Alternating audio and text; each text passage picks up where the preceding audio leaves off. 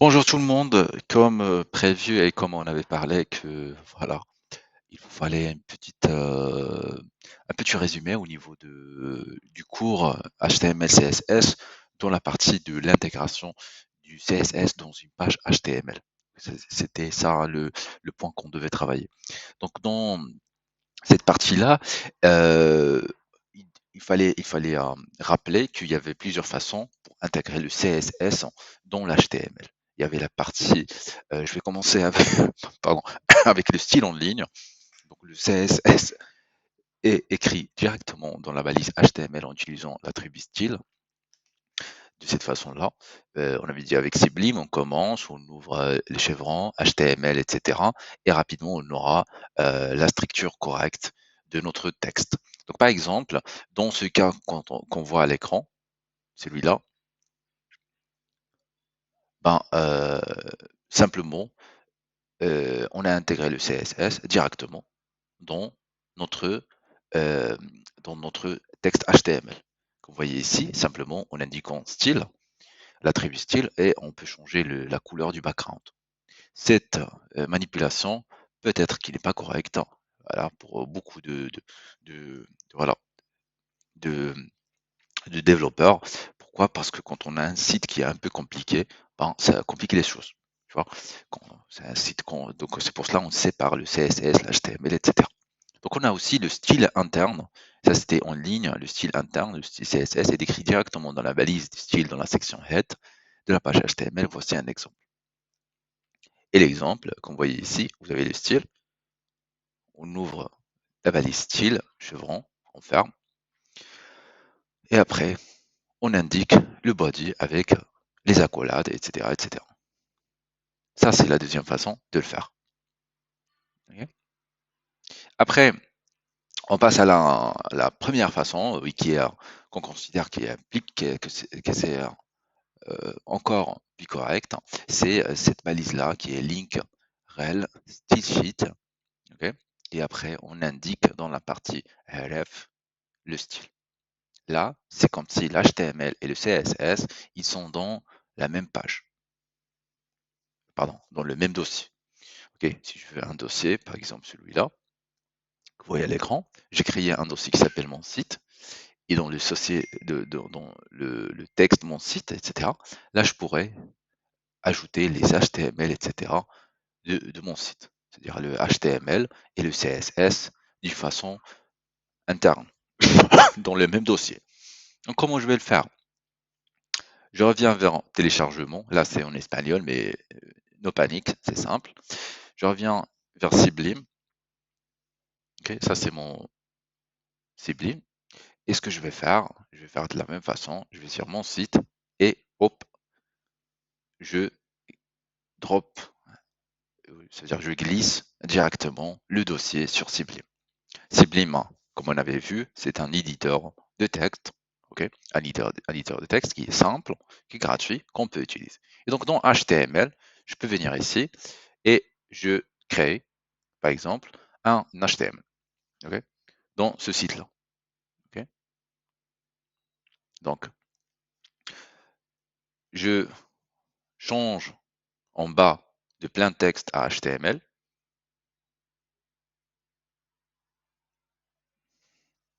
Okay. Voilà le HTML. Après, j'ouvre et je fais HTML. J'ouvre les l'échevin et hop, voilà. C'est ça mon HTML. Je clique sur CTRL S ou bien commande S si j'utilise Mac. Je sauvegarde dans mon site et je le renomme index si vous voulez, .html. Voilà. Et je le trouve ici. Je fais du même. Je viens vers le CSS. Je change de plein texte à CSS. OK. Et je CTRL S. Et là, je fais style. Je peux mettre CSS. Et voilà. La partie CSS, elle est intégrée dans la même partie. Donc, pour cet exemple-là, OK, pour ces exemples-là, cette balise, elle est correcte. Parce que l'HTML et le CSS, ils sont dans le même dossier. OK.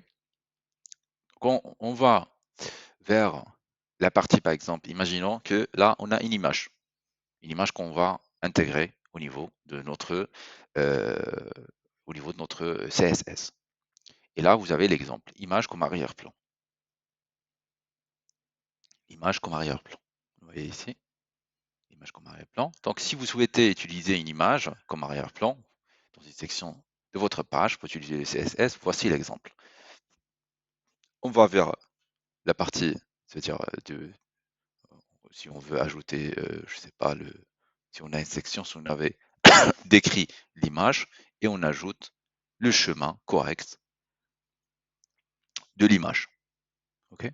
Le chemin correct de l'image. Donc, imaginons que l'image est où? Donc, voilà. Imaginons que voilà, l'image il est directement ici. Ok? Ben, simplement, on n'aura pas à ajouter le chemin, sinon ça va être le nom de l'image.png. On peut éliminer cette partie-là. Imaginons que voilà, on a créé un nouveau dossier et le dossier c'est image. Ok? Là, c'était quoi?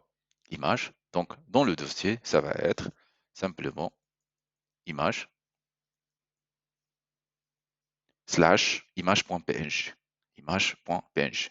Et dans le dossier, normalement, c'est là on doit ajouter notre image.